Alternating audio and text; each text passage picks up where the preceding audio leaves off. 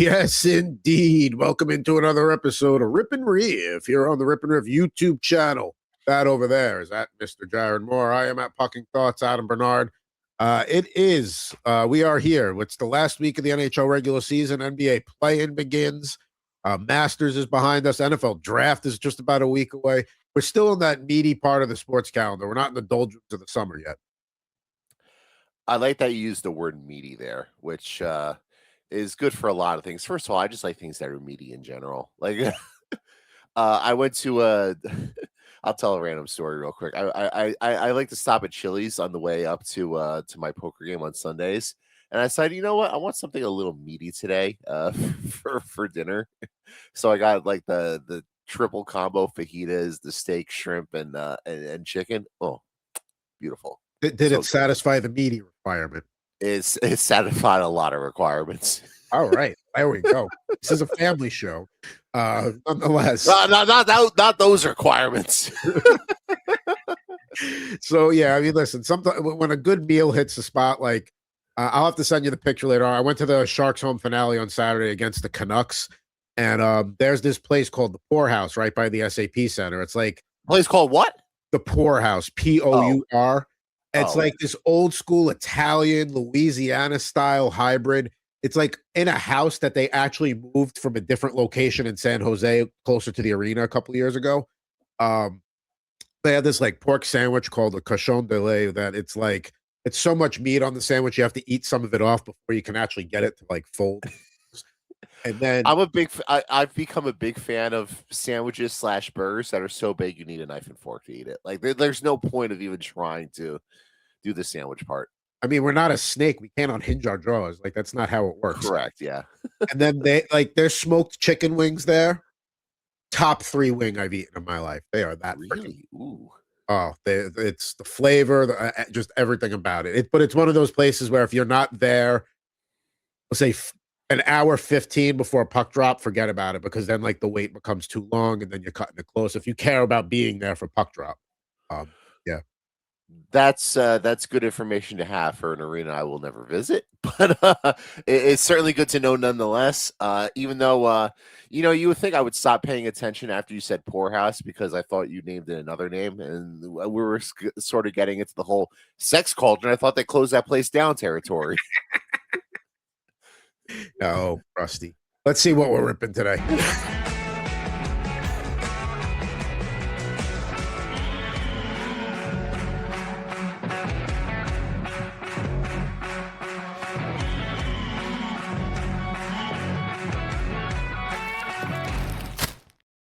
Yes, indeed. More baseball, more hockey today. I think next week for sure we'll have some draft with some Pops or Bowman U cards. Maybe we'll even talk a little basketball next week because you get to play in this week, and we'll know the actual full first round by the next time we're on. But I think first up here, let's do a little baseball here, and I'm curious to see these Fleer traditions here. Let's break that bad boy out. Oh, the Fleer, yeah.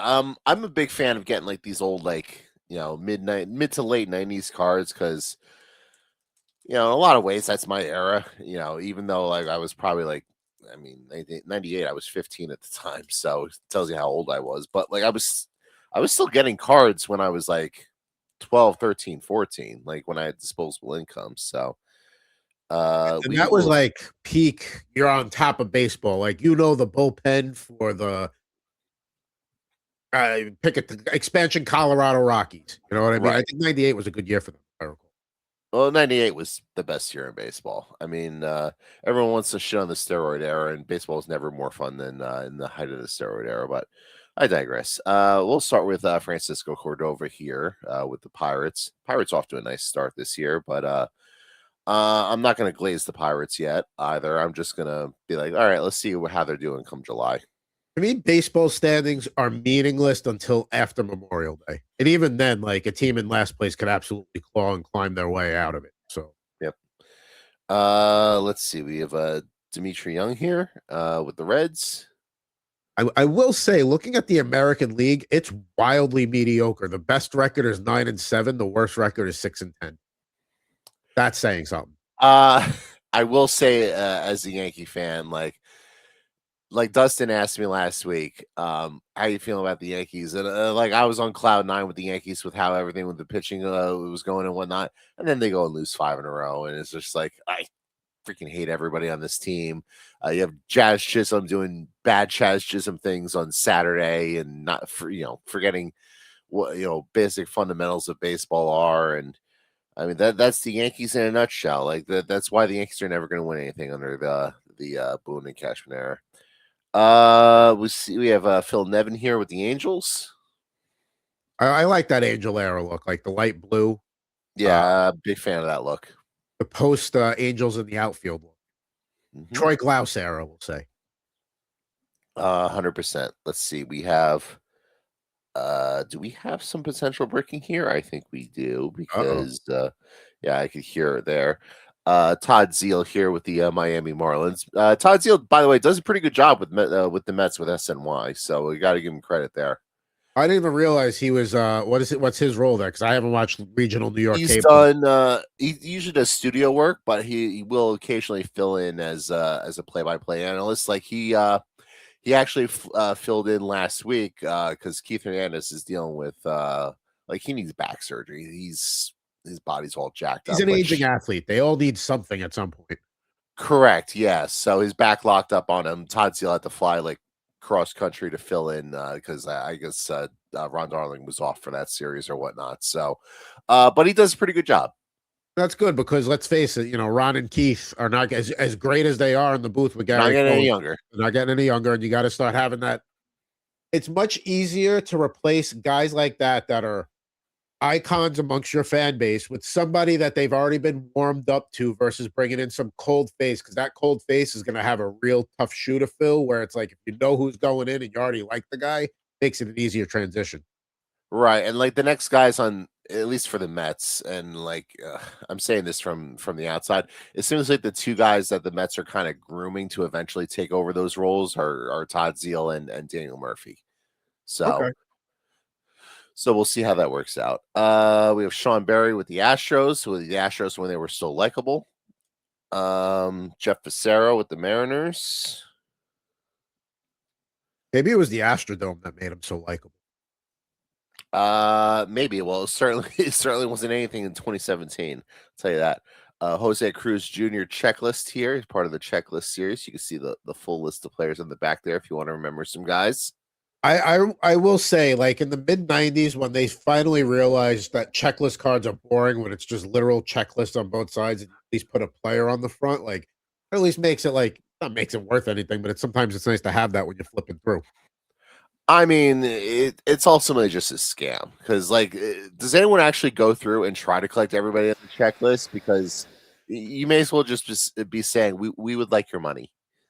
You know what it is? Back in the day, you had to actually buy boxes of cards and packs to try to complete the set. And sometimes they would sell like the complete set in one shot that you could get to. But like nowadays, it's just so easy, like to like get your not to say easy, but like it's not hard to accomplish if you want to do it like the old way. Want to try and complete your set. Sean Runyon with the Tigers. Nice shot here of Mike Blowers with the Oakland A's. Oh, with Stomper. That's a great shot. Yep. Let's see. We have Henry Rodriguez here with the Cubbies. And Stomper did follow the team to Sacramento. You can rest easy. Yep. And we have one Fleer Jose Cruz Jr. Diamond Ink card. Rawlings baseball with a genuine autograph. So I wonder if that's like a scratch and sniff, or I don't want to say scratch. Or is that a redemption, like an early form of a redemption card? Maybe there's a thing on the back of it. So let me read this. Hope it's not a trading. That Fleer might still send just something. This season collected a total of 500 Fleer Diamond Ink points of the player named on the to receive a genuine autograph from the player on a Rawlings baseball. So I guess if I accumulate 500 Diamond Ink points, so if I get 500 of these, I could get a Jose Cruz Jr. signed baseball, or I could go on eBay and buy one for probably like $40, if that. Yeah. Wow. How many of those do you need to have? 500. Like for that specific play. Wow. Okay. That's a lot. That's like I know like cereal will make you do that sometimes as a kid, like sending like 5 UPC codes or something. But Right. So like I'm opening the other pack right now, and it's there's another one of these at the tail end of it, and yeah, same thing. So I guess if I'm about 500 of these packs, I could get the Jose Cruz Jr. Unfortunately, I think I only bought 2 of them because I usually buy these packs in twos when I get these old school packs. yeah. So what do we got here for pack 2? All right, pack 2. We have ourselves Manny Ramirez right off the bat here with the Ooh. Cleveland Indians. And listen, I as a Yankee fan, you hated when Manny came to the plate, but it was also nothing but respect because that guy just was a Yankee killer for all those Red Sox years. He really was. I mean, he's arguably the best right-handed hitter of his era. Certainly in the discussion. And You know, he was just quirky enough too. Like he was a good character. Yep. He was a good villain. And it's one of those things that only kind of works in Boston. Well, it was some of the stuff that he pulled. Like, I'm not sure that stuff would have flown in. Like, if he had played for the Yankees, I don't think a lot of that stuff that he tried would have flown there. But because it was Boston, I think it kind of worked. Well, when you're also, like you said, one of the best right-handed hitters of your time, you also have a longer leash on what people will be like, yeah, whatever. That's just Manny being Manny, you know? Right. Let's see. We have Mike Lansing here with the Rockies. Moises Alou here with the Astros. A lot of bricking here as well with these cards. I guess it's to be expected. They're 3 decades old. But we have our Moises Alou there. Marty Cordova here with the Minnesota Twins. We have a nice card that would actually fit in today with a lot of modern cards here of Juan Gonzalez in the clutch card. Ooh, so we were looking for the Jeter one of those, but that's a nice one you pulled right there. Juan gone. Yeah, I obviously would have 25 much rather had Jeter, but we'll take Juan Gonzalez there, I suppose. Let's see. We have Davey Martinez here with the Devil Rays. The Devil Rays, not just the Rays, back when they were the Devil. The Devil Rays. Well, this I love that. 98. That was their inaugural season there. So there you go. I mean, the Diamondbacks. That was the last time baseball expanded, and they're talking about it again. It might be happening. It's supposed to happen real soon, I heard. Well, I mean, it's only been 28 years. I mean, it'd be nice if I mean, I just dropped the card. It would be nice if they had gotten this resolved by the time the A's stadium got resolved. But I mean, that stadium's now well under construction. So now we're down to you, Tampa, to get your shit together. Well, I mean, they're talking about what? Portland is a place they were looking at. Nashville is another one they were looking at. So, not Montreal. Why would you go back there? Yeah. Or Quebec province. Can't get the Nordiques back. Can't get the Expos back. Let's see. We have a Kenny Lofton card here with the Indians. Some pretty good 90s star power in these packs, I would say. A couple rookie cards here. Adam Butler. It actually says in the card rookie card on the front there. You can kind of see it there. Kenny Lofton was a rock solid center fielder for basically 10 years, 12 years straight. Yep. Brian Edmondson here with the Braves as well, a rookie card. And last but not least, David Segui with the Mariners. Solid power hitter in his day. There we go. I remember him with the Mets, David Segui. Yeah, he was a fun player to trade for in like those MLB video games. Like I had the Ken Griffey game on N64. David Segui was always a fun player to trade for. Yeah, David Segui, because like he was cheap, but he was like underrated. So you'd get him and he'd plug in nicely for you. It was a decent first baseman for back in the mid 90s. Yep. All right, so that's it for the 98 Fleer. I'll go right from that to the more modern stuff, the 2025 tops. But overall, pretty satisfied with those 2 packs. I would be. I mean, the Juan Gonzalez card is pretty good, right? That's worth it right there. And then you see some of the cards we're looking for here out of this 2025 Top Series 2-pack. I don't know why I got Butterfingers today because I feel like I'm just dropping everything. But we'll get right to these cards here. We start here with Austin Barnes with the Dodgers. Dodgers off to a nice Dodger start. No reason why not to think they're going to be just fine at the end of the day. Best record in baseball currently, 11-4. Oh, it must be nice. It must be nice to root for a team that actually goes out and tries to win. It does. It spends whatever they have to spend to do it.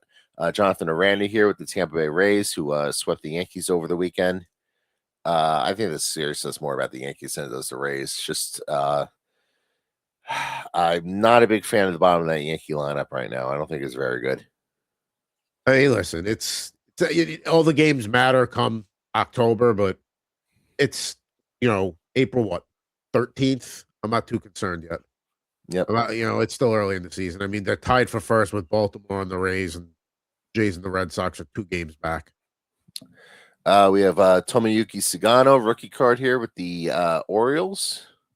I do like the gloss, like the shiny color border around the picture on the top series, 2025 tops.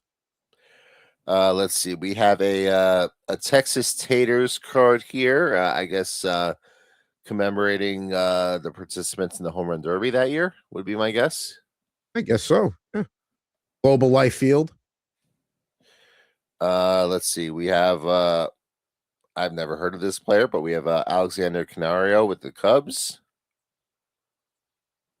Can't say I know anything about him either. No, I mean that's the great thing with these modern packs. They throw a lot of random players in there that I honestly have never heard of. We have Trent Grisham here with the Yanks. Kind of off to a slow start this year, which, by the way, is why you give him the qualifying offer. It's why you don't fucking extend him for 4 years and $70 million. So when he stinks this year, you just let him go. But why would you do that? No, I mean that's actually one of the smarter things Cashman did. But everybody shit on Cashman all off season because like, well, we're wasting $22 million on Trent Grisham. It was like, yeah, you would be, but who else is playing center field this year? That's the thing. It's a 1-year deal, right? Let's see. We have a Future Stars card here with AJ Smith-Shawner with the Atlanta Braves here. Let's see. We have Michael Mercado rookie card here with the Phillies. Yeah, it's like everybody's like so like you can't really talk about anybody being off to a great start or a bad start because everybody's kind of mishmashed in like year 500. Yep, 100%. We have ourselves a Eduardo Rodriguez card here with the D-backs. I can't tell if this is gold trim specifically for this card or if it's just the color they use, but either way, we got Jack Flaherty here with the Tigers. I think that's just the shade of orange they use for Tigers. Maybe. It very well might be. Summer Superstars card here with Mookie Betts with the Dodgers. Unfortunately, Mookie on the shelf right now with an injury. A nice card, though. Yeah, very nice card. Nice summertime vibes there. And we have an American League Texas Rangers card here. Nice photo of them celebrating a walk-off win. I would guess by Wyatt Langford there, since he's the player approaching the group at home plate there, would be my guess. That's got to be one of the more joyous moments in sports, like waiting at home plate or approaching home plate after hitting a walk-off and having the whole team waiting. Yeah, it's pretty cool. I mean, hitting a walk-off would probably just be a pretty cool feeling in general. It's like, I guess I just ended this game. That rocks. I mean, like an overtime game winner and or like a buzzer beater in basketball. I feel like, though, the overtime game winner in hockey, I'm always worried somebody's going to get cut with the skate when they start piling up. Like, careful. 100%. Yeah. I mean, I'm going to knock on wood here because I feel like we've been relatively lucky with that sort of thing. I'm surprised there's not more skate blade cuts, injuries in the NHL, period. Well, now what? In college, they're mandating, and I want to say even in the AHL, they're going to start mandating the neck guards. Which is smart. I understand it's Thursday beer league, but I started wearing one because it's like all it takes is for one not so great skater to get tripped up and they don't control their leg, and wrong place, wrong place, wrong time. It's not so better off to have something there than nothing. No, 100%. And I know we'll probably get into this a little bit later when we talk about the hockey. That's one of the things that the now former GM of the Devils, Tom Fitzgerald, pushed for was mandating the neck guards because I don't know if one of his sons got cut or if it was somebody on one of his son's teams suffered an injury like that, but it happened, and now they're going to grandfather it into the NHL. It's going to be in the NHL in a couple of years. It's just everybody that was debuted before a certain date will have the option of whether or not they want to wear it. So, I mean, just in our lifetime, it went from mandatory helmets, then it became mandatory visors, and now the neck guard will be next. And they have to improve the technology on it because like there are ones that are fit a little more comfortable around your neck. Like I bought one that like it felt like keeping my head like this, and I'm like I had Like to, a giraffe or something. Yeah. yeah, like no, like that's not it either. Like I want something to protect me, but I don't want something to make me feel like I can't move my head either. So you know, Right.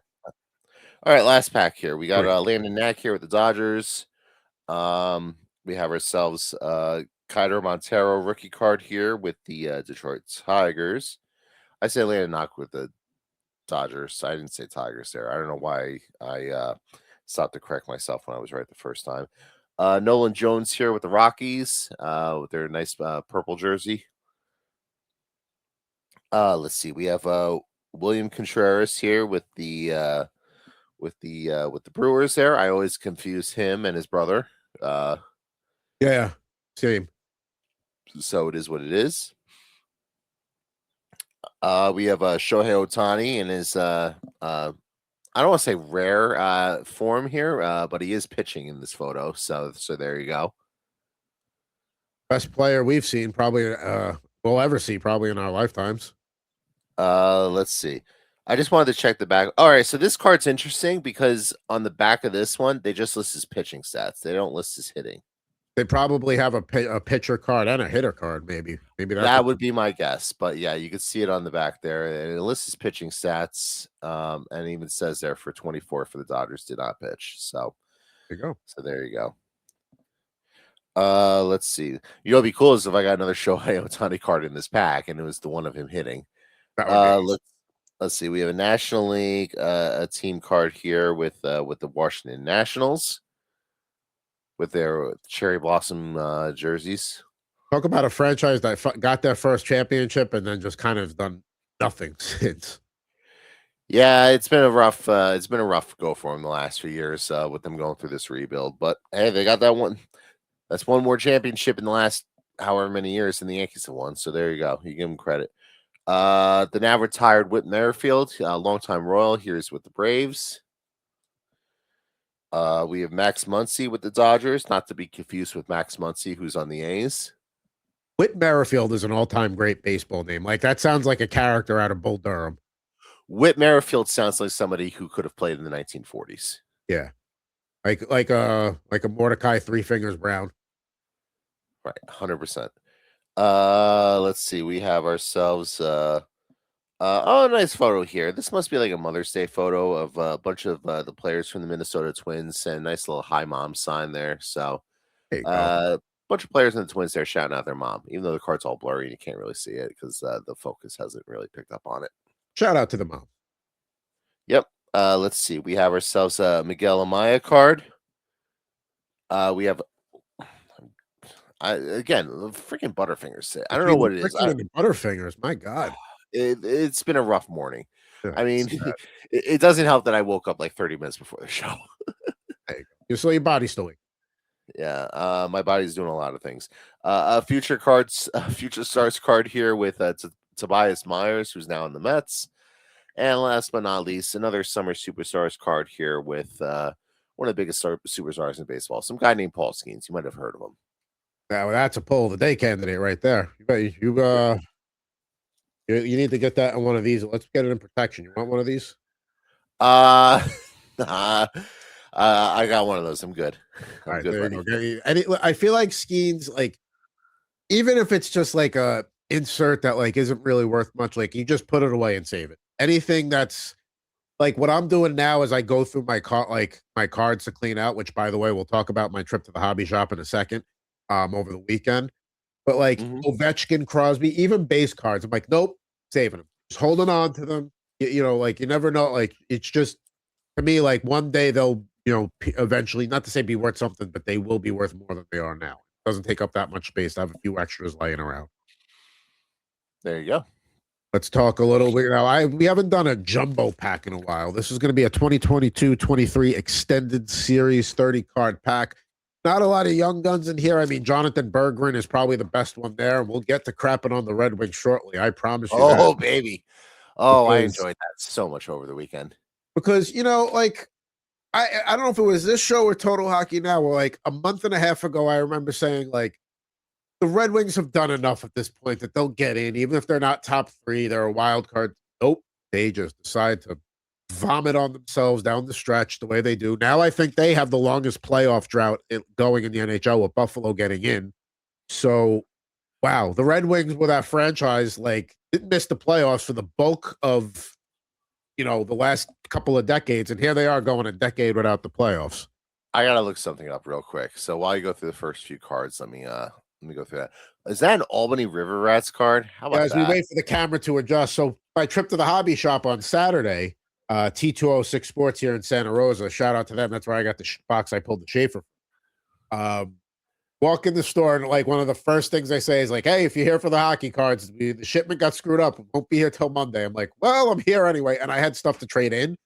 Right. I ended up getting a decent amount of money for a couple of hobby boxes, old hockey, and then some inserts, numbered parallels, things like that. And I was going to kill time while they were looking at my cards. I saw that River Rats card. I'm like, oh, I gotta have that. Jared, appreciate that. I will appreciate that. Two things, two thoughts. First, I need to get something with the River Rats logo on it because it's a very underrated late 90s, early 2000s AHL logo. That's a sweet logo right there. And it's also it's a unique name. Not, you know what I mean? It's not just a Wild Cats or something like that, or a spin-off River Rats. Yeah. It's kind of like when the Staten Island Yankees became the Staten Island Pizza Rats a few years ago. But I mean, listen, America fell in love with that pizza rat, okay? Everybody liked that pizza rat. By the way, the other thing I want to mention, and just a testament to how bad Steve Yzerman at his job. Remember the Justin Falk trade? Yes. And they gave up a first round pick. Well, guess who didn't lotto protect that first round pick? Oh boy. Yeah. So currently the Blues are slated to get the 15th pick in the NHL draft, in addition to having their own pick. So good job, Stevie Y, for Justin Falk, who is as mid gets. The Falk move I liked, but they needed to do more than just that. And I understand. No, they also got 38-year-old David Perron. They're fine. Oh yeah, how could I forget? And here's the thing: I get it. You can have the intentions of doing all these things, and you only come away with something. I understand that's how it goes for GM sometimes.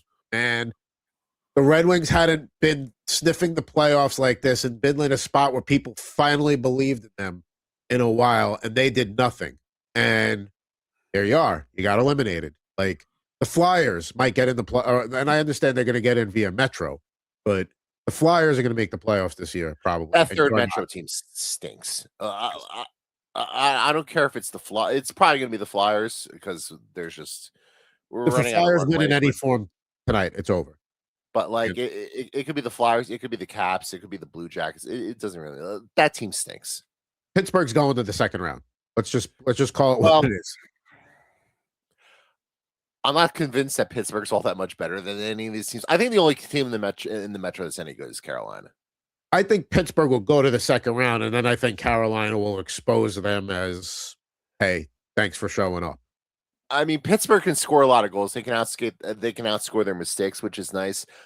I still don't trust Stuart Skinner in a playoff series, and I don't think the Penguins are all that good defensively. I think they're going to give up a lot of goals in that series to whoever they play. Listen, so the Hurricanes can cakewalk probably to the conference finals in the East. And the West, I mean, whoever wins the Pacific, I think if they get whoever emerges from the Pacific bracket gets to play Colorado or whoever survives the Central. They're not better than that team, but whoever survives the Central bracket is going to be really beat up and maybe a little, tenderized, as Homer Simpson said. Let me see here. Speaking of the Red Wings, we open up one of your favorite acquisitions, Ben Sherratt, because that'll really. Oh yeah, Ben Sherratt, another great move by Stevie Y, extending Ben Sherratt, who also stinks. I mean, again, it was it was there for the taking, Detroit, and they just messed it up. And listen, Ottawa earned their spot, Boston earned their spot. The Atlantic's tough. Let's not discount that either. But man, you were right there. You should have been there over Ottawa. And Ottawa's, like I said, earned their way in, but still. We got Jimmy Vesey from the Rangers. They'll wrap up their season this week. They've wrapped up at the Garden for this year, so I mean, they put the season ticket holders out of their misery finally.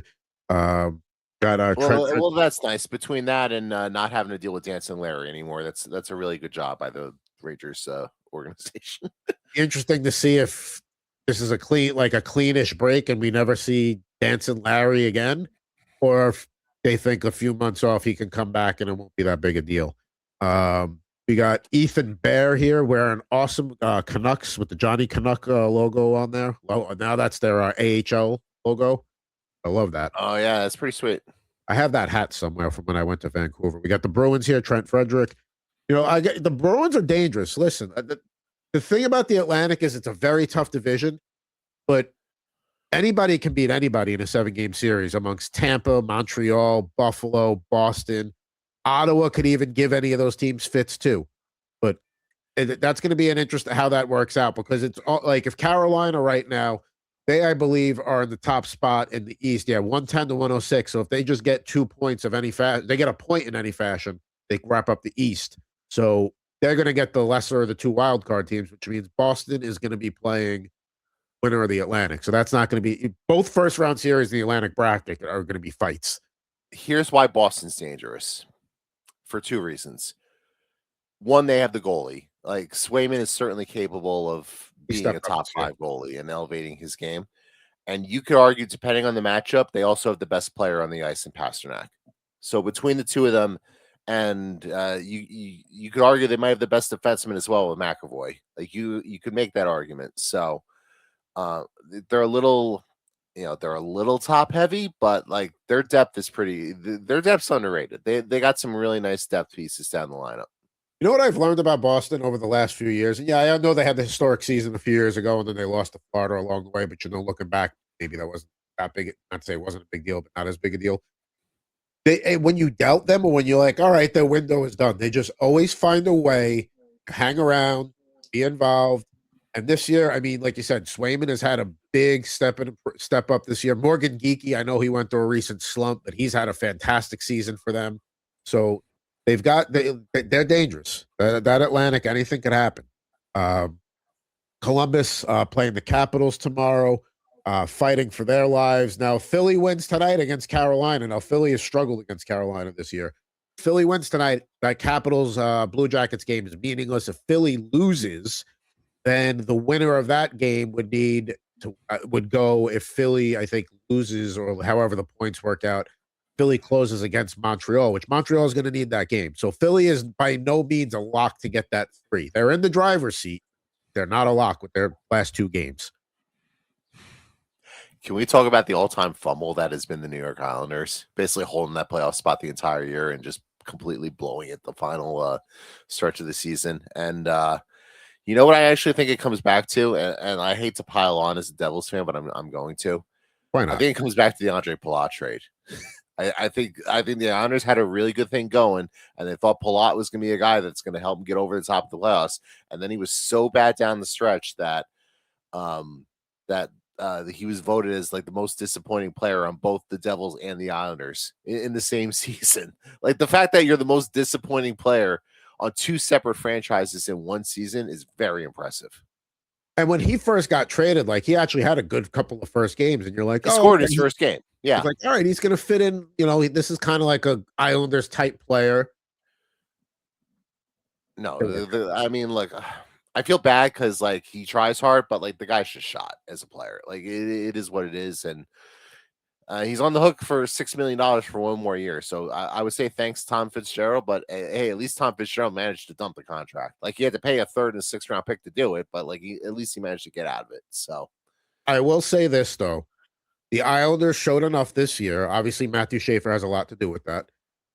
Matthew Darsh, I don't know how aggressive he'll be in the offseason, but the Islanders, especially in this division where 2 spots are wide open, although I think the Devils bounce back next year and take one of them, but the division's wide open. So if you make some moves, you can get in. And after the way the Islanders exceeded expectations last 2 weeks aside this season, got Schaefer, Sorokin's legit, one of the best goalies in the league. Now Cal Ritchie's coming along. Like they've let's see what they do. I think them and the Sharks are on very similar timelines where it's like, okay, you have to make the playoffs next year. Like the Sharks playing meaningful games until April, that's a good season. I understand they're going out with a whimper, losing to the Canucks in a shootout in your last home game of the season. You need every point you can get. That's not great, but at the beginning of the season, if I had said like, "Hey, you're going to be playing meaningful hockey even into March," you'd be like, "Yeah, give me that." Considering the way the last 2 seasons have gone, but now you got to make that move. Now you got to improve. So see, Can I bring us something completely random right now? sure. How often do you go on tankathon.com? Not often. Why? So I'm on there for the NHL page, and it's going through all the teams, and it's just really funny. You go through it, and then you scroll all the way to the bottom. So it'll say like end of lottery, conference final losers, Stanley Cup final teams, and then a 30-second, there's just a separate little banner that says punished teams, number 32, Ottawa. It's just really funny. Speaking of Ottawa, put that Tyler Mott card there when he was with the Senators. There, Pretty good fourth line player in his day. I'll Really say nice this. little pesky fourth liner. If they actually had goaltending, they would be really worried. Like, I know Olmark's been a little bit better lately, but like if they had a halfway decently consistent goaltending, they would be a threat too. I don't think they get out of the first round, whoever they play, especially if it's ended up looking like Carolina. I know they played them well and beat them recently, but yeah, that's a team on the rise. 2 years in a row in the playoffs for the Senators. So good for them. Got Paul Stastny there. So you might have a Senators Hurricane first round matchup is looking more and more likely here. We'll see what happens after tonight. I got to be honest. I cheated and looked through this pack. It might be the worst jumbo pack of all time. We got Ryan. I got to be honest. I've been distracted looking at your knuckle. What happened there? Did you get into a scrap with somebody during one of your beer league games? So I'll tell you what happened is 18-and-a-half-year-old blind cat needed her nails done. And because you can't see, you get a little more aggressive in defending yourself. And she gave me a real good bite there that's taken a long time to heal. And because it's on the knuckle, like skin can't heal if it's constantly being flexed and moved around. It has to like be still. And on your knuckle, that's just impossible. Piping and everything you do. So it is just taking a good month for that to heal. So thanks, Mel. I appreciate that. They're just trying to trim your nails so you don't get stuck in everything. Thanks for that. Sorry to hear that, my friend. Yeah, it's fine. It's not a big deal. She's a little bit of an aggressive cat anyway. It's partially my fault for not drugging her. But we all know she needs that to be her nails trimmed. Anyway, I digress. We go to Nashville here. Who you look at that wild card? First of all, Anaheim. Let me shout out the Canucks here to go and beat the Sharks and the Ducks in this back-to-back nights on the road. Both teams needing every point they can get for the playoffs. Like that's good for you. Now maybe they don't do anything the rest of the way, but good for them. But the Ducks, man, the Vegas and Edmonton have clinched in the Pacific. Anaheim sits 3 points ahead of the Kings. The Kings have a game in hand, though. So they're not even like, okay, they'll be okay. They could fall down into that wild card. They close the season at Nashville. Wouldn't that be something if that was a wild card playing? Ooh, that'd be fun. I'm not a fan of the NBA play-in tournament. And I don't want to see the NHL adopt something similar, but I am a fan of, it's game 82 and these two teams just happen to be playing for a playoff spot, essentially, which is what you're describing there. I mean, it's less likely. San Jose and Winnipeg close the season out against one another, but they both of those teams need a lot of help, and they would probably be eliminated. Like San Jose plays Nashville tonight, so they lose, it's over. They have to beat the Predators if they want to keep in the race there. But yeah, Anaheim slipping and sliding here. It looked like they were starting to snap out of it there when they got that victory against the Sharks when they beat them up 6-1. They looked good that night. So you think like, all right, they got their mojo back, but then they go back and lose to Vancouver. They got to finish the season at Minnesota and at Nashville. I don't know how that's going to go for them. I mean, Minnesota's not playing for anything at this point because they're locked into their spot. But that Nashville game, man, that I really hope that's like a play-in game. That would be fun. We got Evan Rodriguez with the Colorado Avalanche there now with the Panthers. Colorado is got the President's Trophy and all that good stuff. They're awaiting their wild card opponent in the first round. Sweep. Evan Rodriguez is going to be, until he retires, he's going to be one of those players I always want one of my teams to go get because he's just such a pain in the ass to play against. He's also a Swiss Army knife. You can literally play him on any line and he has a role. Like and he fits in just fine. So yeah, I mean, he was good enough to be on Florida's first line last year during a championship run. That's the thing about a guy like him is like, okay, you have an injury in your top line, boom, you pop him up there and he'll be just fine. Right. He knows what to do. Yeah, big fan of him as a player. Speaking of the Ducks, we got Maxime Comtois here, not with them anymore, but there we go. He was in the news recently for some stuff he was pulling in the KHL, and I saw the video, and it was basically one of those things where like he was trying to fight somebody on one of the KHL teams, and like all of his teammates were basically just like, "Yeah, we hate this guy too." Yeah, like we don't got your back, bud. You have fun with that. Let's see here. We've got a Alex Goligoski Wild. Looks like a little like silver parallel there. But Dallas, Minnesota is the one series we've known and know. How do you see that series going? I mean, that's a 6-game minimum series, no matter which way you're picking. Where you know, I feel like I'm Minnesota. rooting for Dallas. I think Minnesota's slightly better. That's the thing. Dallas, as great as they've been all year, here's who the X factor is in that series. If Jake Ottinger goes back to like Jake Ottinger of the previous 2 seasons, Dallas is going to win that series. If he's shaky like he's been this year, I think Minnesota's got the firepower to pull that off. See, I don't disagree with you. Let me throw a counterpoint out there. I think the X factor of that series is Quinn Hughes. I think there's a reason why you go out and you make that big trade to go get him. If you can't get over the hump and get past Dallas in the first round with Quinn Hughes, that's not a good sign. And this is going to be a big offseason for Minnesota because I think everyone still assumes that Quinn is going to wind up in New Jersey with his brothers, and Minnesota is certainly going to make a push to try to sign him. And they probably need to make a deep playoff run if they're going to convince him that, hey, we're actually close to winning a championship here. Because otherwise, like Quinn could very easily just go to the Devils and have a much easier road in the Metropolitan than banging your head against Colorado and Dallas every year for the next half decade. But here's the thing: one reason that you could pick against Dallas in this series is you talk about the Panthers being exhausted after all their deep playoff runs. Dallas has gone to the conference finals, what, 3 years in a row? So that's a lot of deep runs that maybe catches up on with you too. So definitely that's going to be probably the closest. Even though we don't know all the matchups yet, I think you can lock in that's the closest of the first round series. Maybe the Pacific 2-3 because they're both so mid. Whoever it ends up being. No, Dallas and Minnesota is locked in. So it's locked in. I'm saying the closest, like okay. Like maybe the Pacific 2-3 is that because they both are that mediocre. But got another Senators card there. Eric Brandstrom, Colton Sissons with the Predators. We'll start picking up the pace a little bit. Nils Lundqvist actually playing decently for the Stars, former Ranger draft pick that they could not get settled and ended up at Dallas. Start a new stack there. We got Pavel Zacha, who's actually worked. He's been on fire for the Bruins this month. He's actually worked out for them. See, that's the thing with the Bruins is like they bring in a guy like Zacha and they get stuff out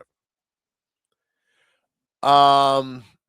I think some Devils fans will find this to be a sore subject because they're like, "Why'd you give up Pavel Zacha?" It's like, do you remember that Pavel Zacha was kind of a chump when he played for the Devils? Like he was a big guy that didn't really use his physicality and like he kind of plateaued and.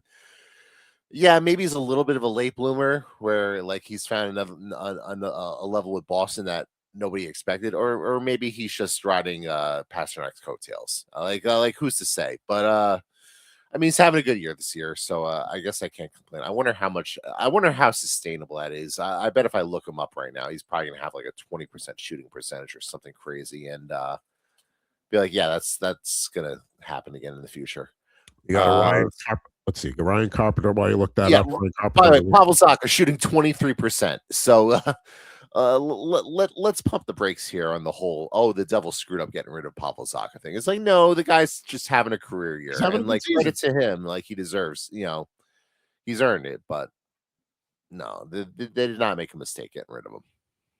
Got Oli Mata here. We already bashed the Red Wings earlier in the show. Let's see here. We got Pete Mrazek here. Hurt for Anaheim as their backup at the areas with the Chicago Blackhawks. Sonny Milano. Do you believe me yet when I say this is one of the worst jumbo packs of all time? Like I'm starting to think this was opened and resealed. Patrick Nemeth with the Den Coyotes. Colin Miller with the Dallas Stars. Let's see here. Nino Ryder with the Predators. Should be a future former Devil because he's Swiss. Yeah, that's true. Like, check his contract. Maybe they'll get him next year because he's actually still a serviceable, like, good third liner that can kill penalties and do that kind of thing. Yeah, where is he now? Winnipeg? Yeah, I believe so. I'll take a look at that real quick while you pull up the next card. We got Eric Goodbranson here with the Blue Jackets. As we mentioned earlier, they got to play the Capitals on Tuesday. That game might be meaningless by the time they drop the puck, depending upon what the Flyers do tonight. Niederreiter 1 more year next year at $4 million. Here's the thing with the Blue Jackets. Like last year, they almost made the playoffs despite everything that happened with Johnny Gaudreau. This year, right on the cusp, they make the coaching change. Rick Bowness comes in, and all of a sudden they go on a tear, and they've cooled off lately, and they may have cooled off just a little too early to make the playoffs. But they're another team I see that's got to make a push next year, like to try and get in. Like, again, Metro's wide open. Ovechkin, who knows if he's done? He hasn't made his decision yet. Everybody's treating it like he's walking off into the sunset. But if he walks away, the Capitals are going to take a step back next year. No reason to expect anything out of the Rangers. So, Pittsburgh is there because it's a weak division. Philly, will see if this is a step in the right direction, but Columbus has got to make a move here. 100%. Are we going to wait for you to pull a devil's card for us to talk Tom Fitzgerald, or do you want to just do it here, rip off the Band-Aid? Let's just get through the rest of the pack, and then we'll get there because I don't have any Devils the rest of the way. We'll go real quick. Derek Brassard with the Senators, Simone Benoit with the Ducks. Do love that white Ducks jersey. It's sharp there. All orange looks a little too orange for me. I get it, Orange County. It's a nice shade of orange, but I like the more subdued there. I just don't like orange with the Ducks. I just don't like it. Well, I mean, they do it because they're in Orange County. They're trying to lean into it. I get why they do it. I'm just saying I don't like it. This has been a complete Senators pack here. Are there any Senators fans out there? Claude Giroux. Got Jacob Middleton. That's a great shot of Jacob Middleton missing the tooth there with the old soup strainer mustache. Fantastic hockey shot. That would have fit in the 70s. That looks like it's like a picture out of Slapshot.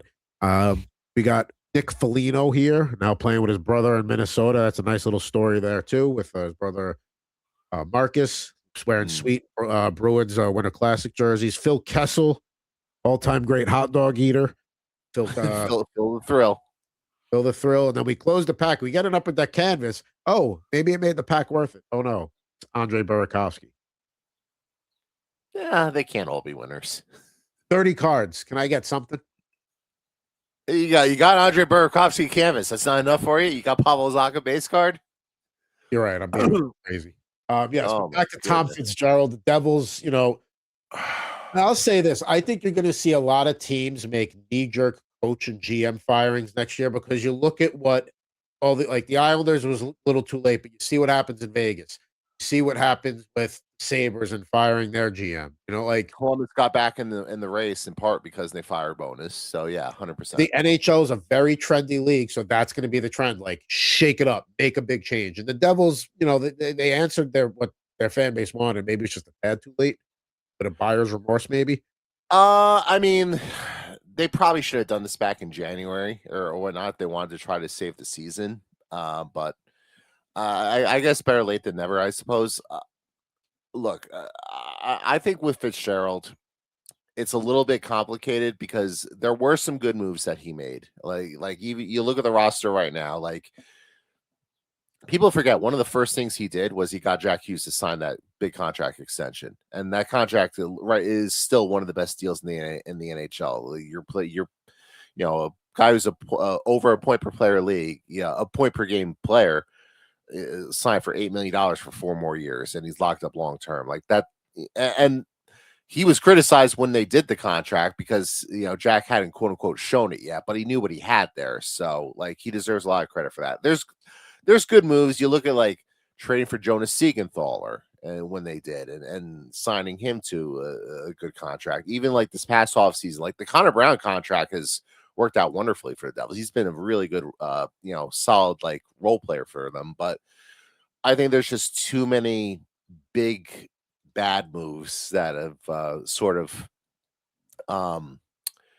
taken it down a few notches. We mentioned Andre Palat. You have the Markstrom contract extension earlier this season. It made no sense when they did it, and it looks terrible now. There's just too much no move clauses there on the board, and I think it matters that they couldn't that they didn't have the pieces to go trade for Quinn Hughes when he was available. To me, what the timing doesn't make sense is like, okay, coincidentally, Jack Hughes comes back healthy, and all of a sudden they'll start playing great hockey after the Olympic break and close the season. What since coming back from the Olympic break, they were what 28-28-2, and now they're 14-8-1 since the return of They the played a lot better since the Olympics. They've made adjustments to their system. They've sort of opened up and a little less conservative defensively, and Jack Hughes has been their best player. He's basically scored like 2 points a game since the Olympics. I mean, maybe there's a little bit of had Fitzgerald done more at the deadline, maybe the Devils would be in the playoffs in a weak year. I don't know. I mean, they needed to do more before the Olympics in terms of winning to really be more than that because there's not too many games that you look back on that, like maybe the home losses to Detroit and Calgary, like, okay, wish you had those back. But most of the other ones you're not going to really be upset about. Like, yeah, they didn't look great in the home against two home The games. 9-0 loss to the Islanders was probably where I think people were just like, you got to do something. And they just refused to do anything until this past week when they let Fitzgerald go. And we'll see what they do. Like, it sounds like they might want to hire both a president of hockey ops and a general manager, but I don't think they've quite officially determined that yet. It sounds like they're going to start doing interviews this week. It sounds like Brendan Shanahan's on their list to be the president of hockey ops. I think you could do a lot worse than Brendan Shanahan considering the run they had in Toronto. If you told me they did like a Brendan Shanahan president of hockey ops and a Sonny Meta general manager, like I think that's something you could certainly work with, especially someone like Sonny who has history in the Devils organization. He was someone who was pounding the table for them to draft Jesper Bratt. He actually had Jesper Bratt third on his draft board the year he was in his draft. He wound up going 162nd, and they wound up not taking him until the 6th round, but that's obviously been a pick that's worked out for him. But he's also had a hand in what they've done in Florida the last few years in terms of finding those undervalued guys, whether it's a Gustav Forsling or a Carter Verhaeghe or a Sam Bennett or a Sam Reinhart and those type of guys. Like, so I don't want to give them all the credit for that because obviously like Bill Zito and the rest of their scouting, the pro scouting department deserves credit for that too. But if you told me that was the guy that they were targeting to be the GM, I would be 100% on board with that. And I know people want to bring their own person in, but I think Sheldon Keefe, if you can keep him around, I don't think he's the problem.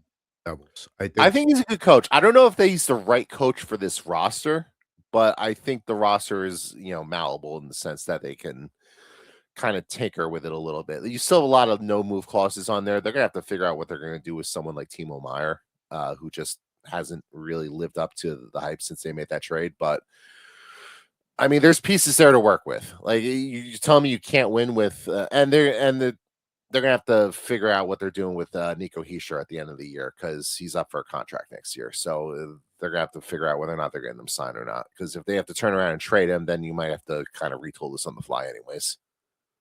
All right. So we talked a little Tom Fitzgerald there. I'm not going to go through and talk about all the remaining playoff races here, but let's do this quickly here before we wrap things up. The 3 spot in the Metro. Do you think Philly gets 2 points between home games against Carolina and Montreal? No, they haven't beaten the Hurricanes all year. All the losses were by 1 goal.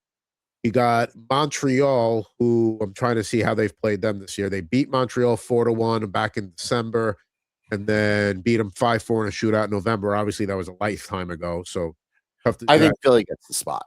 I think Philly gets the spot. Now, if it came down to the winner of Washington Columbus, who would you give it to? I would probably actually lean Capitals there. I feel like who has more points going in? Let me look at the standings real quick. Right now they are they're 93-90. The Washington, I would give the edge to Washington. They're a little more battle tested, a little more veteran heavy. Guys who've been there before.